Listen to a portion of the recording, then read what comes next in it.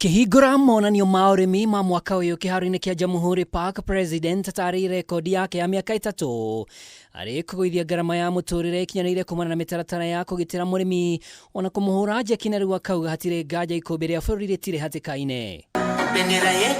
President augĩte kuma bataraitha ya raithi yambĩrĩrie gũkinyĩra arĩmi na thogora wa thĩ ĩrĩa gũkinyĩria rĩu ĩhũthĩrĩte birioni 50, magetha nĩ mongererekete akĩgereka thogora wa mũtu ũrĩa augĩte atanaiyũkia wathani omaga ciringi 250 no rĩu ũrũgamĩire thĩ wa igana rĩa 60. Sitarajii ya kwamba kutakuwa na mahindi yoyote yatakayoagizwa kutoka nje mwaka huu kwa sababu tunatarajia mazao makubwa zaidi.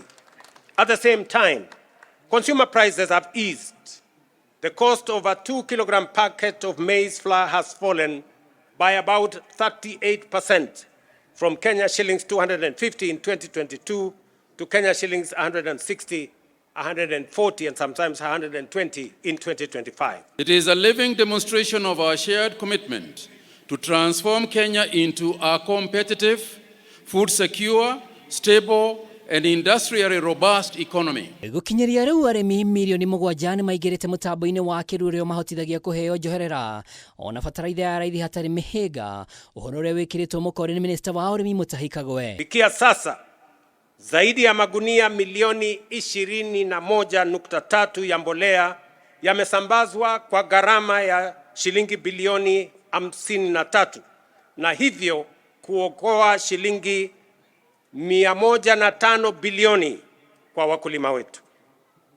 Tukitazamia mbele mwaka wa 2026 tutasambaza zaidi ya magunia milioni 12.5 ya mbolea katika wadi zote 1550 nchini. We are already witnessing, sir, the result of this transformation and reforms through increased production of maize, sugarcane, tea, rice, coffee, dairy and meat value chains.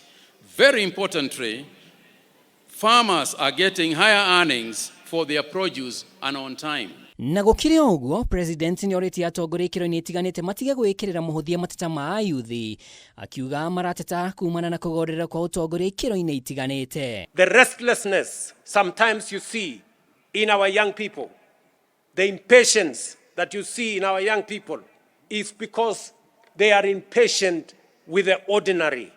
They are tired of the usual, of the average. They want us to up our game because there is great potential in our nation.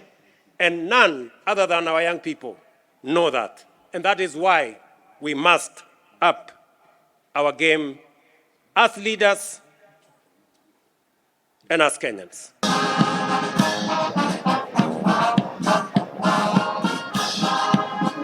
Andũ-inĩ ha Kameme TV rĩtwa rĩakwa nĩ Mwaura wa Ndung'u.